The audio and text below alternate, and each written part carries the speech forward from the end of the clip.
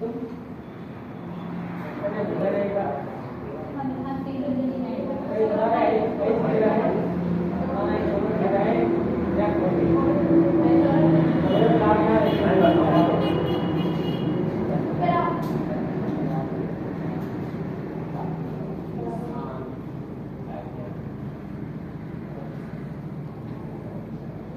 सा रिवाइज कर लिया क्या?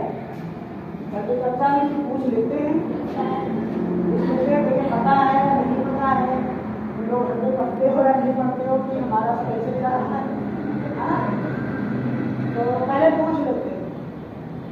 आवेश के बारे में बताइए कुछ। सबसे पहले आवेश के बारे में किसने बताया? कब बताया था? 2500 ईसा पूर्व में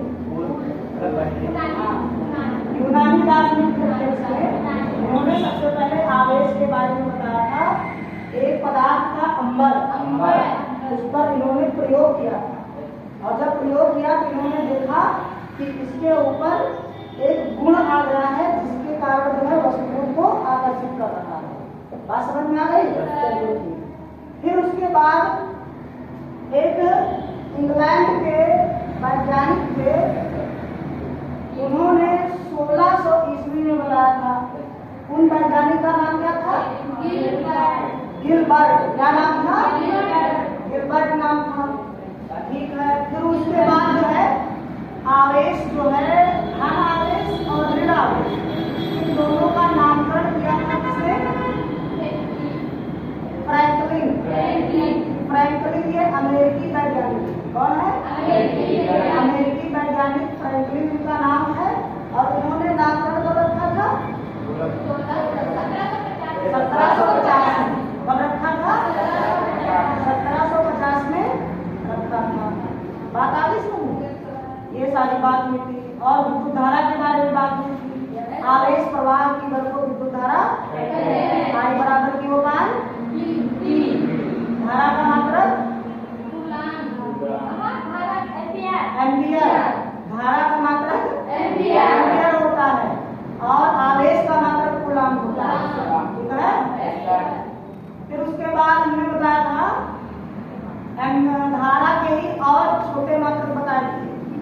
1 मिली एम्पियर बराबर 10 की पावर माइनस 3 एम्पियर, और 10 की पावर माइनस 6। ये किसका था? ये भी एम्पियर का ही था, लेकिन ये 1 माइक्रो एम्पियर था। बात समझ में आ गई? तो 1 माइक्रो एम्पियर बराबर 10 की पावर माइनस 6 एम्पियर। ये सारी चर्चा। अब विद्युत विभव के बारे में चर्चा हुई थी। विद्युत विभव का सूत्र क्या होता है? V बराबर W बटा Q। मात्रक क्या हो जाएगा? जूल प्रति कूलाम, या इसको हम कहते हैं वोल्ट। क्या कहते हैं? वोल्ट कहते हैं। विभवांतर का भी यही फार्मूला है, V बराबर W बटा Q। इसका भी मात्रक वही होता है। क्या होता है? जूल प्रति कूलाम या फिर वोल्ट। याद रखना। आज हम बात करेंगे ओम के नियम की। किसकी बात करेंगे?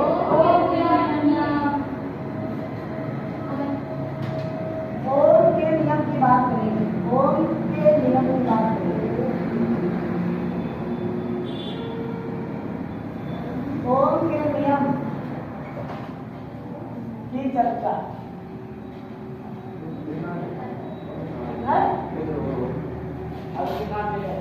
यहाँ पर आपको ये बताया जाएगा कि ओम का नियम क्या है।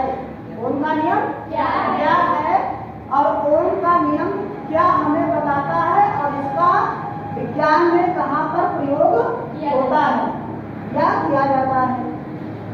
फिर इन सारी बातों की यहाँ पर चर्चा होगी।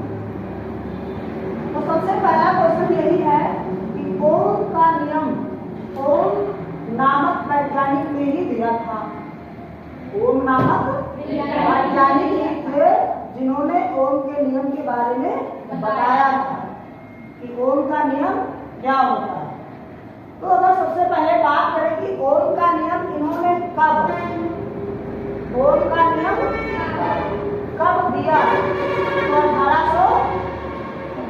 36 में। बात समझ में आ गई?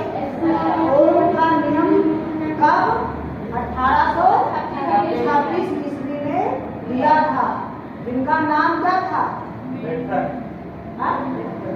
नहीं, ओम ही नाम था। बात समझ में आ गई?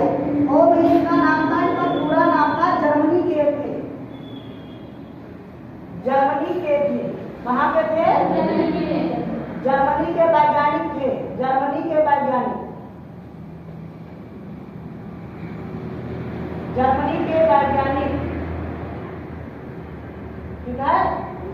जर्मनी के वैज्ञानिक है। इनका पूरा नाम था जॉर्ज साइमन ओम। जॉर्ज साइमन ओम, ये इनका पूरा नाम था, जॉर्ज साइमन ओम। और ये जर्मनी के वैज्ञानिक थे। इन्होंने ही जो है ओम के नियम के बारे में बताया था, या ओम का सिद्धांत बताया था। बात आगे समझ में? पूरी सारी चर्चा हो। अब बात ये करते हैं कि ओम के नियम के बारे में इन्होंने क्या बताया। इन्होंने ये बताया था, अगर कोई चालक है, क्या है? चालक।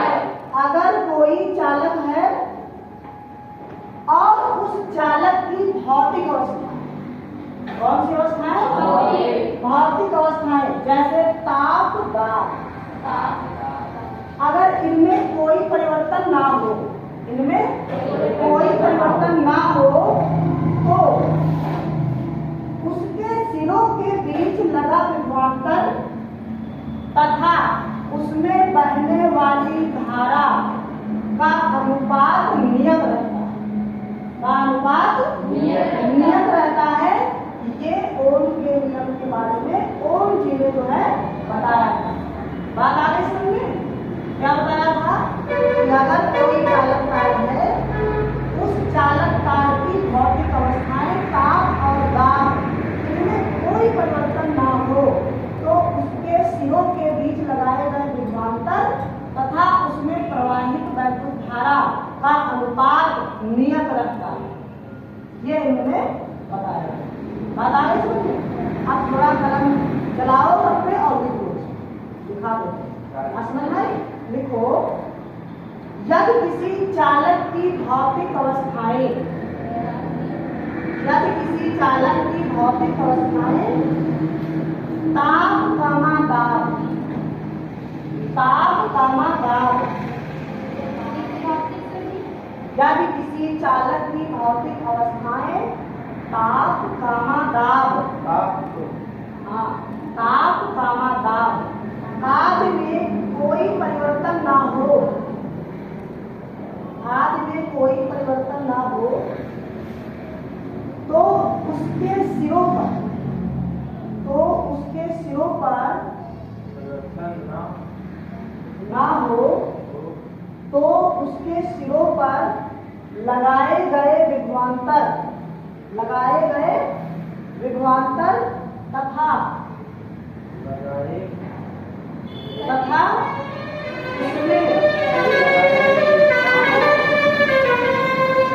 उसमें प्रवाहित होने वाली धारा का अनुपात नियत रहता है।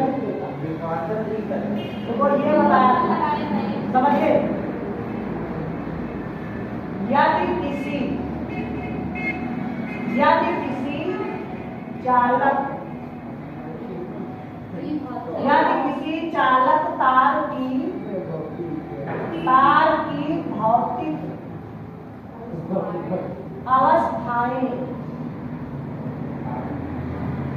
अवस्थाएं जैसे ताप, कामा दाब आदि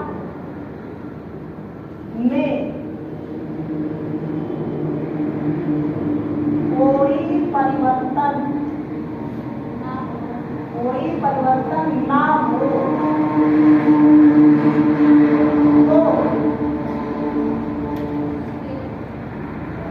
तो उसके सिरों पर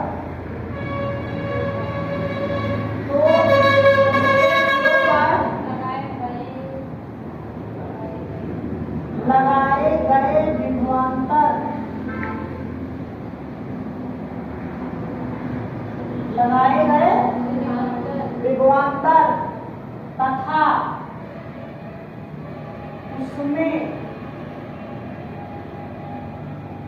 तथा उसमें प्रवाहित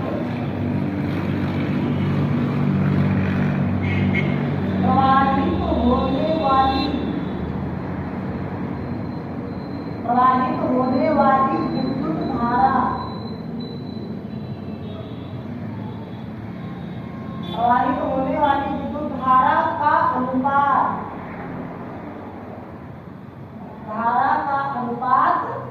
नियत रहता है। नियत रहता है। ये बात जो है जॉर्ज साइमन ओम ने बताई। ये ओम का नियम, ये ओम का नियम।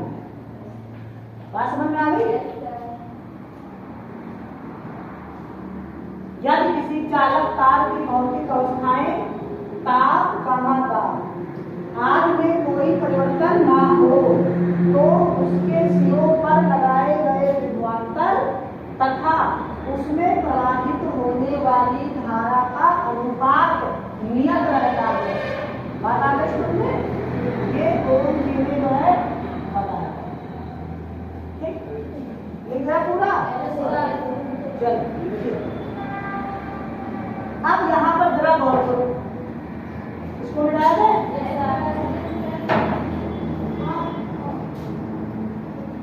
ठीक,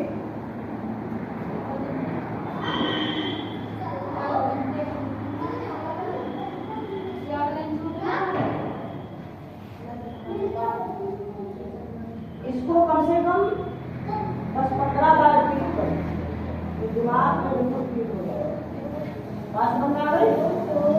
दिमाग में बिल्कुल फील हो जाएगा, ऐसे हमारे दिमाग में फील हो जाएगा। बात समझ में आ गई? हाँ। अब आगे इसी परिभाषा के अनुसार देखेंगे अभी।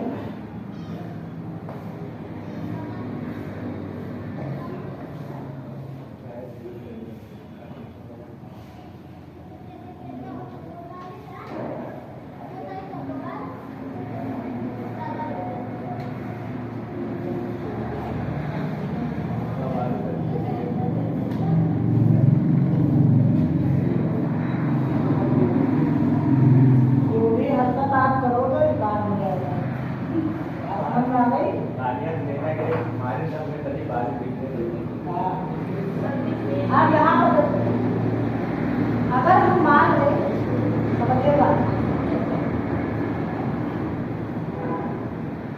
यदि किसी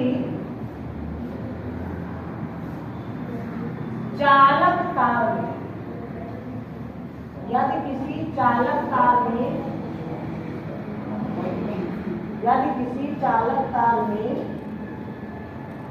जैसे कोई चालक तार है, ठीक, और उस चालक तार में क्या हो, मतलब सिरे होंगे, क्या होंगे? सिरे होंगे। तो अगर कोई चालक तार है और उस चालक तार के सिरों के मध्य में अगर विभवांतर लगा हो, क्या लगा हो? विभवांतर लगा हो और उसमें प्रवाहित होने वाली धारा क्या हो? आई हो।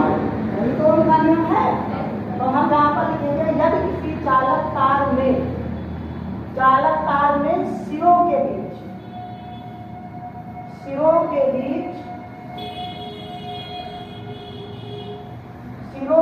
बीच विभवांतर V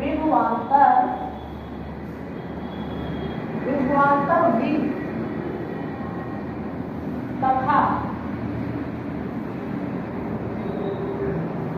उसमें प्रवाहित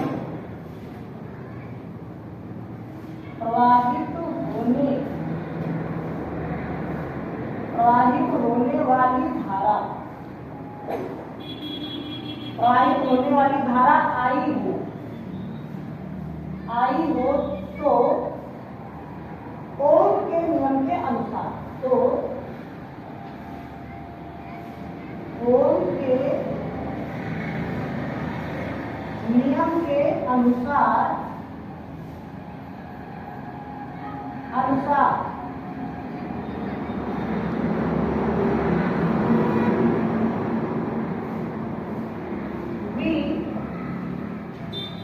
नियतांक आई,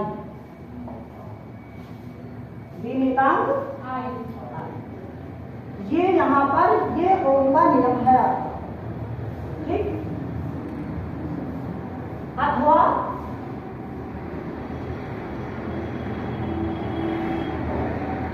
V बराबर R इंटू आई, अथवा V बराबर R इंटू आई, जहाँ R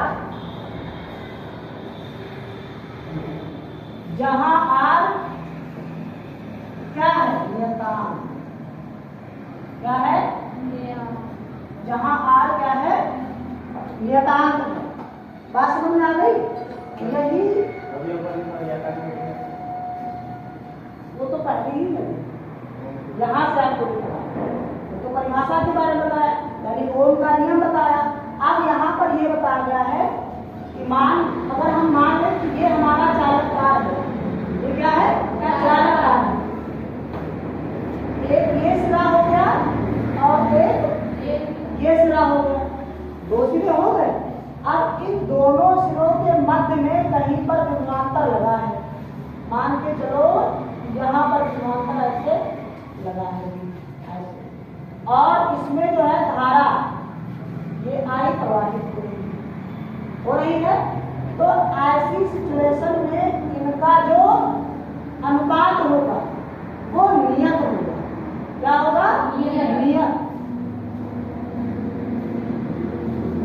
बात समझ में आ गई?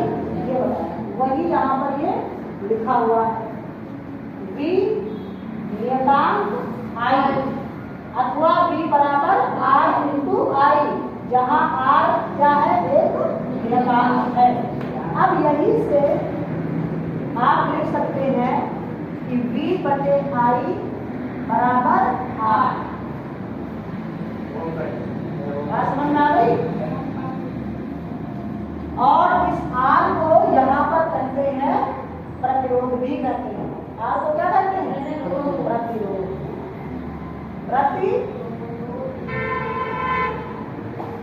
प्रतिरोध, इसी को कहते हैं अंग्रेजी में रेजिस्टेंस। क्या कहते हैं, रेजिस्टेंस कहते हैं। बात आगे समझ में।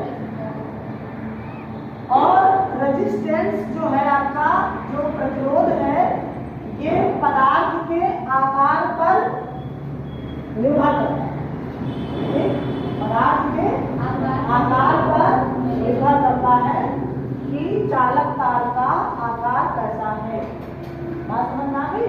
इसी के हिसाब से जो है प्रतिरोध का, तो यही है पूरा का पूरा आपका ओम का नियम। अब इसमें कुछ पॉइंट है वो लिख लीजिए। पॉइंट इसमें बस यही लिख लीजिए कि विद्युत प्रतिरोध का मान, ये लिखो, विद्युत प्रतिरोध का मान, विद्युत प्रतिरोध का मान चालक के आकार, विद्युत प्रतिरोध का मान चालक के आकार, कामा पदार्थ, चालक के आकार कामा पदार्थ पर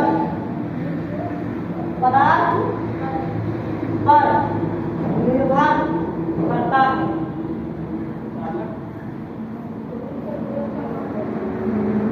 विद्युत प्रतिरोध का मान, विद्युत प्रतिरोध का मान चालक तार के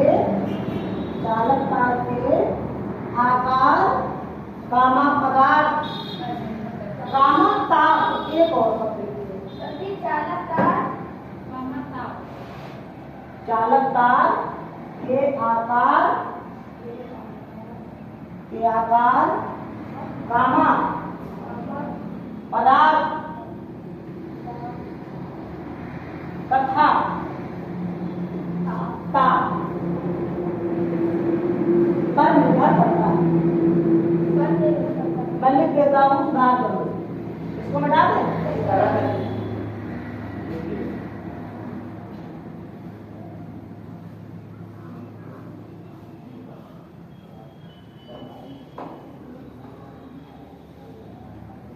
यहाँ पर देखो, वो विद्युत प्रतिरोध, विद्युत प्रतिरोध का मान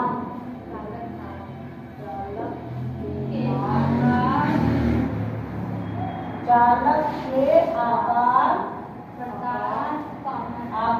कामा पदार्थ, आकार कामा पदार्थ तथा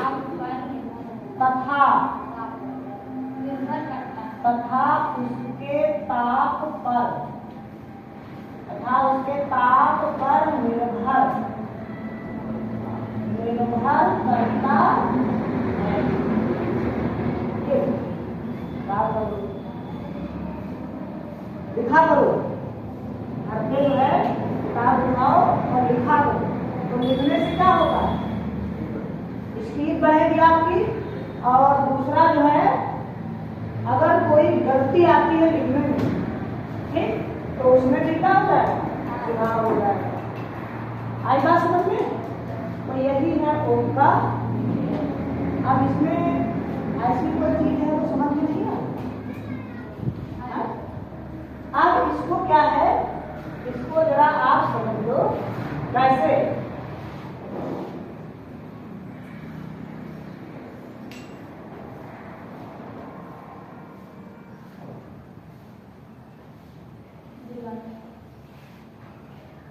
ऐसे हाँ, क्या पूछा? समय अच्छा, नहीं बजा समझो आप। जैसे ओम ने क्या कहा, ओम ने ये कहा है कि अगर किसी चालक तार की भौतिक अवस्थाएं ताप, दाब आदि में कोई परिवर्तन ना हो तो क्या हो, उसके सिरों पर लगा विभवांतर और उसमें प्रवाहित होने वाली विद्युत धारा का अनुपात ये वहां पर नहीं। अगर आपसे परिभाषा अगर पूछेगा लिखने के लिए तो आपको यही बताना पड़ेगा, यदि किसी चालक तार की भौतिक अवस्थाएं जैसे ताप, दाब आदि में कोई परिवर्तन ना हो तो उसके सिरों पर लगे विभवांतर तथा उसमें प्रवाहित होने वाली विद्युत धारा का अनुपात नियत रहता है। ये आपको बताना। अगर कोई चालक तार है और उसके सिरों के बीच विभवांतर भी हो और उसमें प्रवाहित होने वाली धारा आई तब ओम के नियम के अनुसार भी नियत आएगी। जैसे में भी बराबर आएगा तो ऐसे में क्या हो जाएगा, बी अपान आई बराबर है। प्रतिरोध का मात्रक ओम होता है, इसका जो मात्रक होता है ओम। प्रतिरोध का मात्रक लिखो, प्रतिरोध का मात्रक क्या होता है, ओम होता है। और ओम का चिन्ह देखो कैसे बनता है, ऐसे। ये ओम का सिंबल है, ठीक, संकेतक। ये संकेत भी याद रखना, ओम का संकेत है। हमने थोड़ा ज्यादा बड़ा बना दिया है, इसमें बनाने की जरूरत नहीं। सवाल आते हैं, बिल्कुल आते हैं।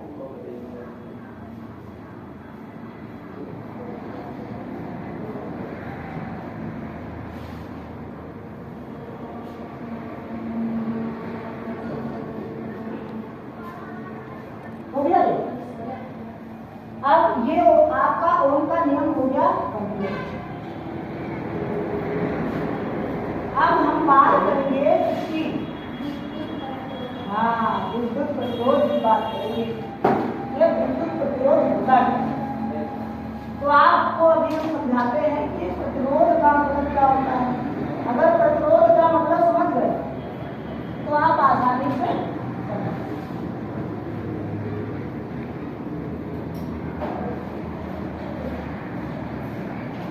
विद्युत प्रतिरोध,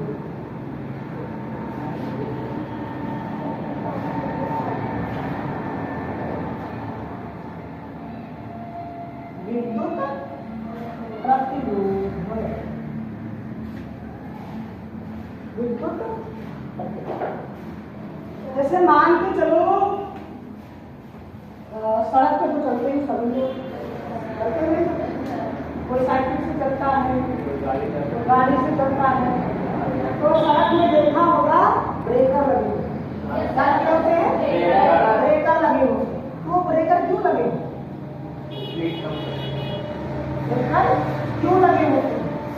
ब्रेकर इसलिए लगे होते हैं कि अगर कोई स्पीड से आ रहा है तो उसकी चाल को ब्रेकर क्या करते हैं? अवरोध करते हैं, मतलब उसकी चाल का विरोध करते हैं। भैया हम आगे देखो इतने ऊंचे हैं, अपनी ब्रेक जो रफ्तार है, जो गति है, उसको कम कर लो, उसको धीरा कर लो, अन्यथा दुर्घटना कर सकते हैं। बात आ रही है?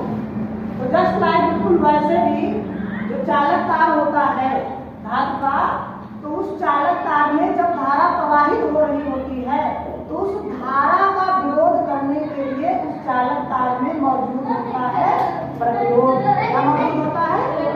प्रतिरोध मौजूद होता है।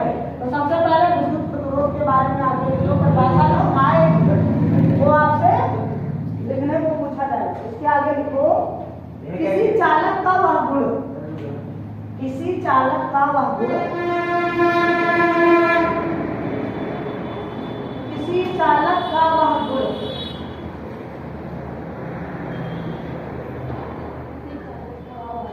किसी चालक का वह गुण, किसी चालक का वह गुण, ये लिख लिया। किसी चालक का वह गुण जो विद्युत धारा के प्रवाह का, जो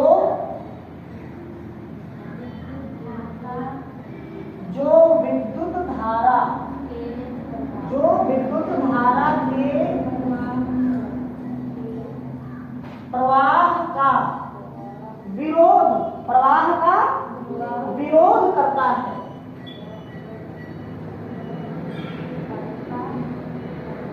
विरोध करता है, उसे क्या कहेंगे? चालक का प्रतिरोध कहेंगे। क्या कहेंगे? उसे चालक का, उसे चालक का प्रतिरोध,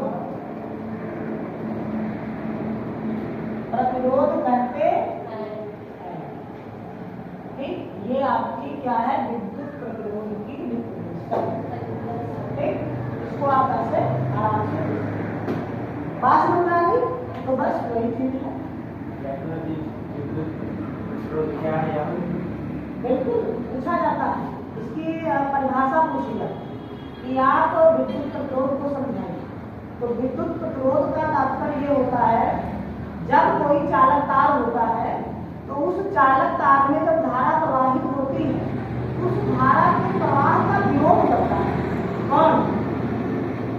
रेजिस्टेंस, प्रतिरोध। बात समझ में आ गई? जैसे तुमको हमने कभी उदाहरण बताया, बता दी क्या करता है? जब किसी चालक तार में धारा प्रवाहित होती है तो उस धारा के प्रवाह का विरोध करता है, जिसे हम क्या कहते हैं? विद्युत प्रतिरोध। जैसे आपने देखा होगा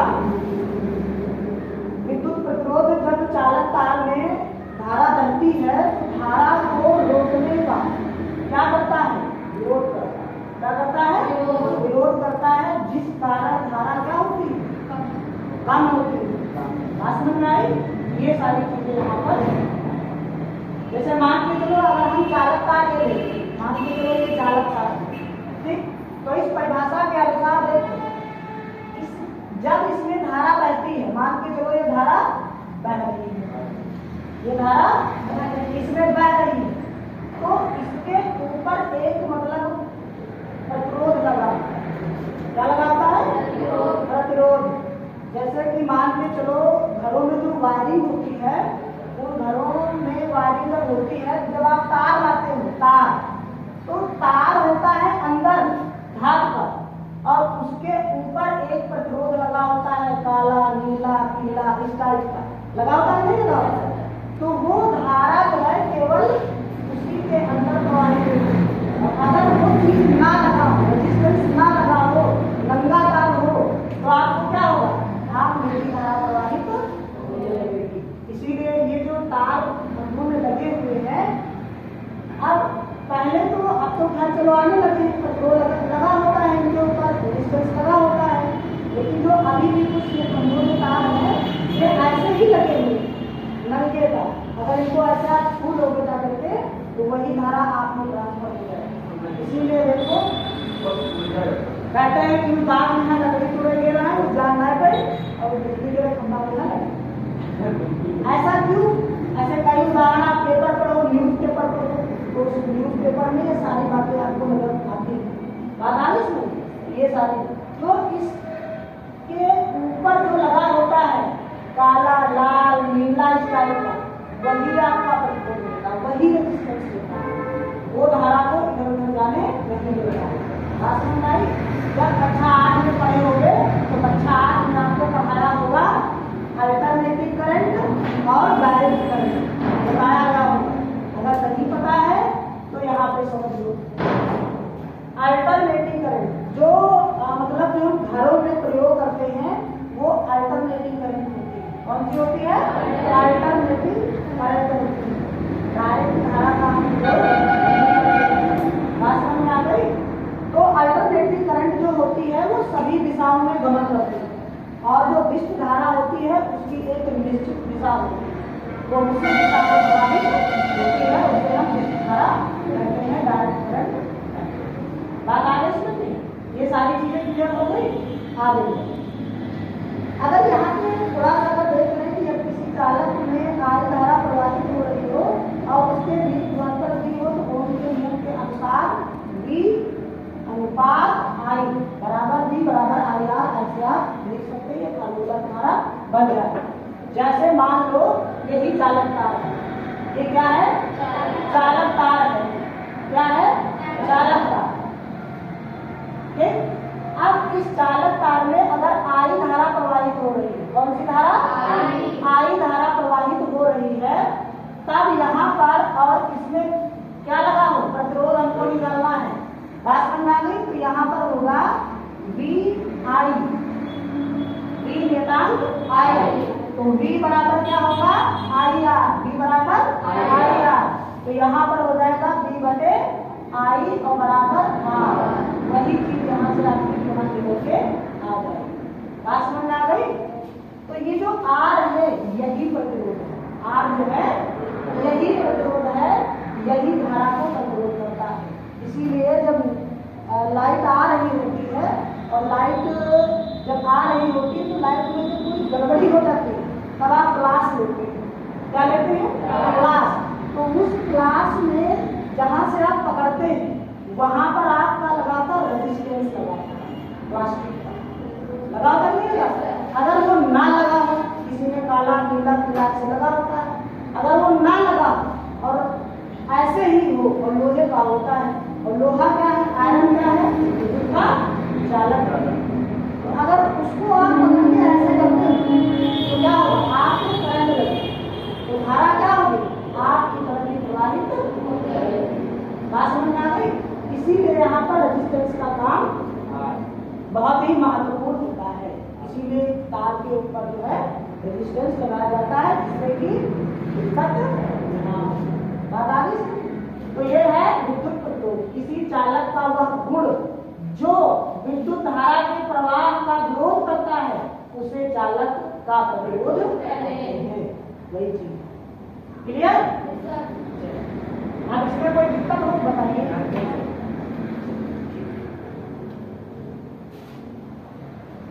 विद्युत प्रतिरोध बिल्कुल ओम के नियम पर ही आधारित है, इसलिए इसका मात्रक ध्रुव याद रखिएगा, पूछा जाता है। विद्युत प्रतिरोध का मात्रक ओम। ओम होता है नहीं होता?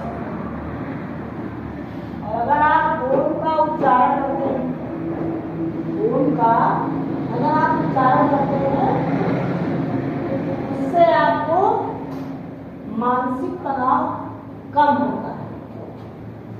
ओम का उच्चारण करते हैं तो इससे आपका जो है मानसिक तनाव कम होता है। पंडित लोगों ने देखा नहीं बनाते हैं, ये बात होगी। आगे देखो तुम्हारा क्या है टॉपिक, आगे तुम्हारा टॉपिक है, यहाँ पर दो टॉपिक है। एक तो ये जो आपके प्रतिरोध हैं, इन प्रतिरोधों का आप देखेंगे संयोजन। क्या देखेंगे? संयोजन। प्रतिरोधों का जो संयोजन होता है उसके दो हैं।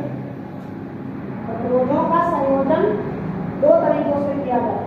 एक तो होता है समांतर क्रम में और दूसरा होता है श्रेणी क्रम में। प्रतिरोधों का जो संयोजन होता है वो दो प्रकार से किया जाता है। एक किया जाता है समांतर क्रम में और दूसरा किया जाता है श्रेणी क्रम में। तो यहाँ पर सबसे पहले हम श्रेणी क्रम में लेते हैं। सबसे पहले श्रेणी क्रम, ठीक है? श्रेणी क्रम, श्रेणी क्रम संयोजन, संयोजन, ठीक? प्रतिरोध का श्रेणी क्रम में संयोजन। यहाँ पे पहले हम चित्र बना देते हैं, ठीक? उसके बाद आप आसानी से समझ पाएंगे।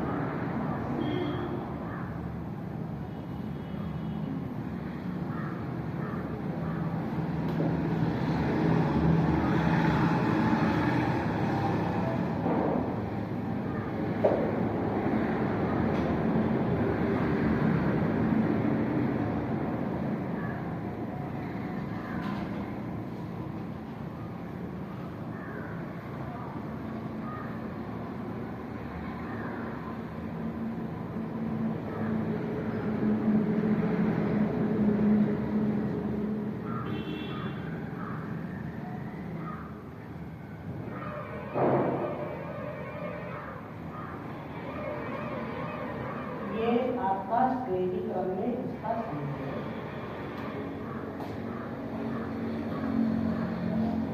यहाँ पर जो है आपका लगा देंगे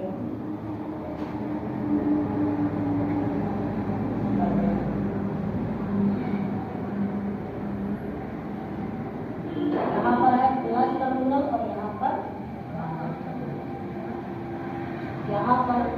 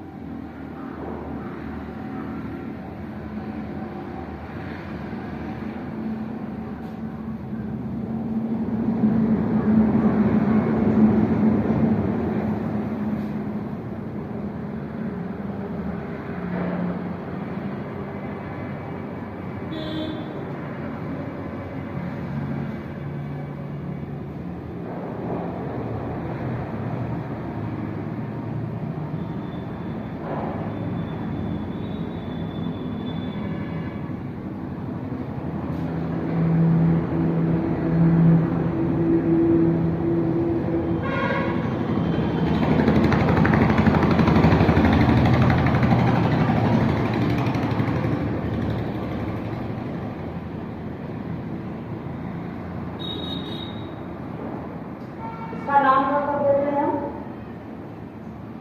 नाम ये आपका R1 है और ये आपका R2 है और ये आपका R3। बाकी सब में V1, V2, V3। ये है आपका V1, ये है आपका V2 और ये है आपका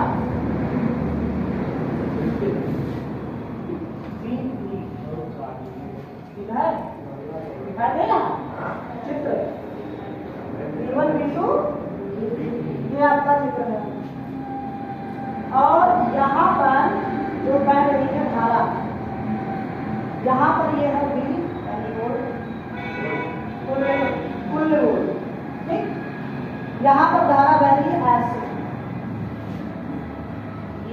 ऐसे बढ़ रही है,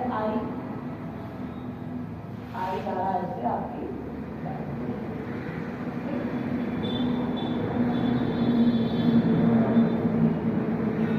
ये आपकी धारा आई।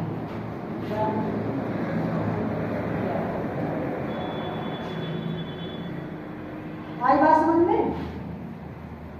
ये आपका चित्र है, इसको बना लीजिए। बन गया।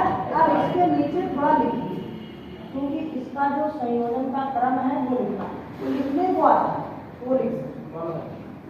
प्रतिरोधों का श्रेणी क्रम संयोजन प्रदर्शित किया गया। प्रतिरोधों का श्रेणी क्रम संयोजन प्रतिरोधों का संयोजन श्रेणी क्रम में किया गया है। इसमें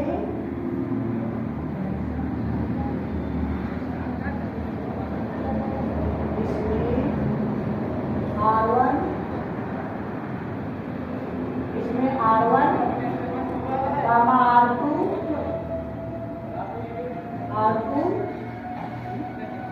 तथा R3 को श्रेणी क्रम में जोड़कर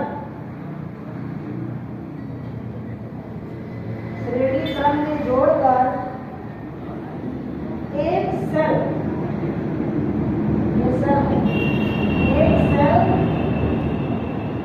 जिसका कुल विभवांतर V वोल्ट, ये V वोल्ट है, इसका कुल विभवांतर कितना है? V वोल्ट, जिसका कुल विभवांतर V वोल्ट, कुल विभवांतर V वोल्ट है, गामा से जोड़ा गया है,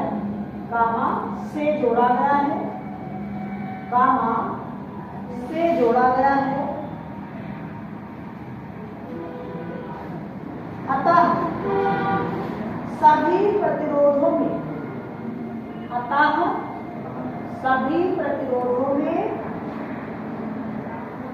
धारा समान रूप से प्रवाहित प्रतिरोधों में धारा समान रूप से प्रवाहित होगी,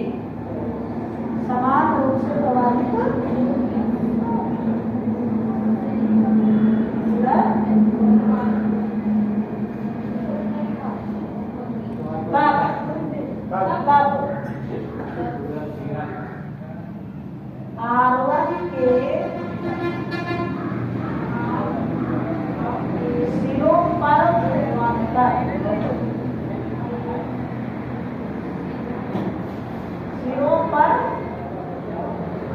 विभवांतर तब यहाँ पर हो जाएगा V1 बराबर I/R1, V1 बराबर I/R1,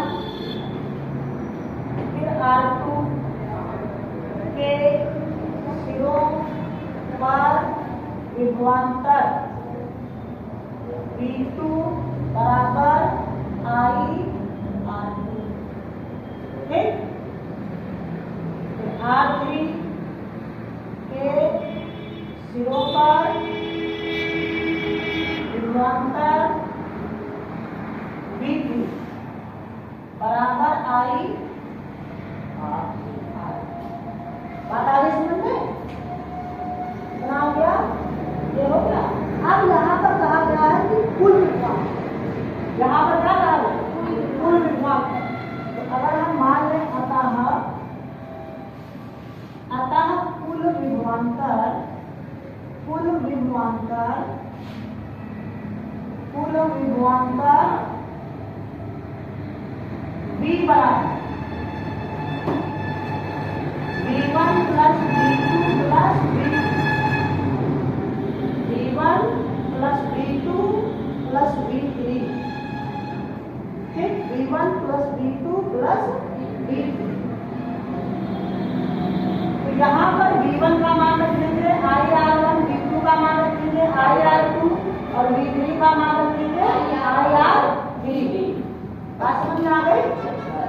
तो यहाँ पर लिखेंगे V बराबर IR1 plus IR2 plus IR3।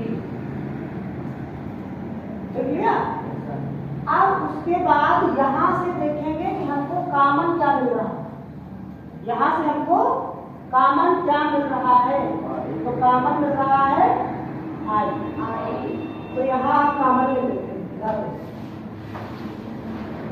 यहाँ पर लिखा है V बराबर IR1 प्लस IR2 और प्लस IR3।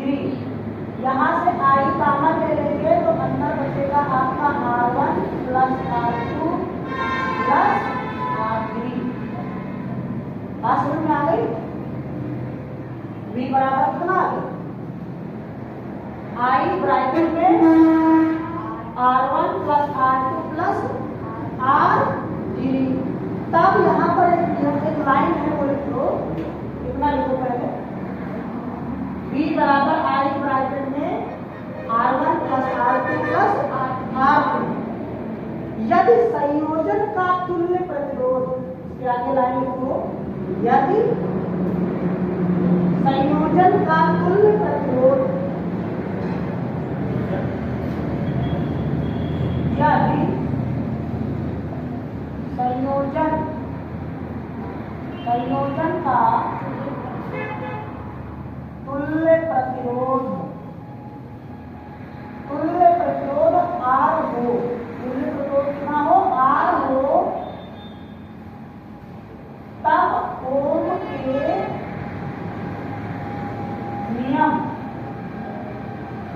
नियमानुसार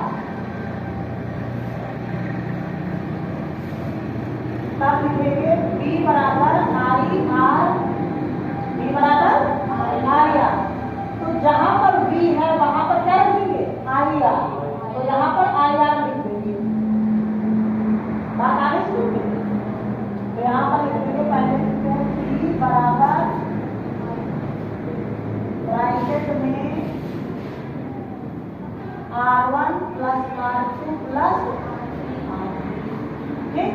अब V के स्थान पर क्या रखेंगे? IR। तो यहाँ पर हो जाएगा I और R, और बराबर यहाँ पर कितना है? I। ब्रैकेट में क्या बचेगा? R1 plus R2 plus R3। अब यहाँ से I और I क्या हो जाएगा? कैंसिल हो जाएगा।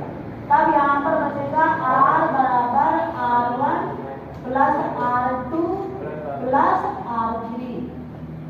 ये आपका निकल के आ जाएगा फार्मूला श्रेणीकरण का, है R बराबर R1 plus R2 plus R3। ठीक। ये है आपका पूरा का पूरा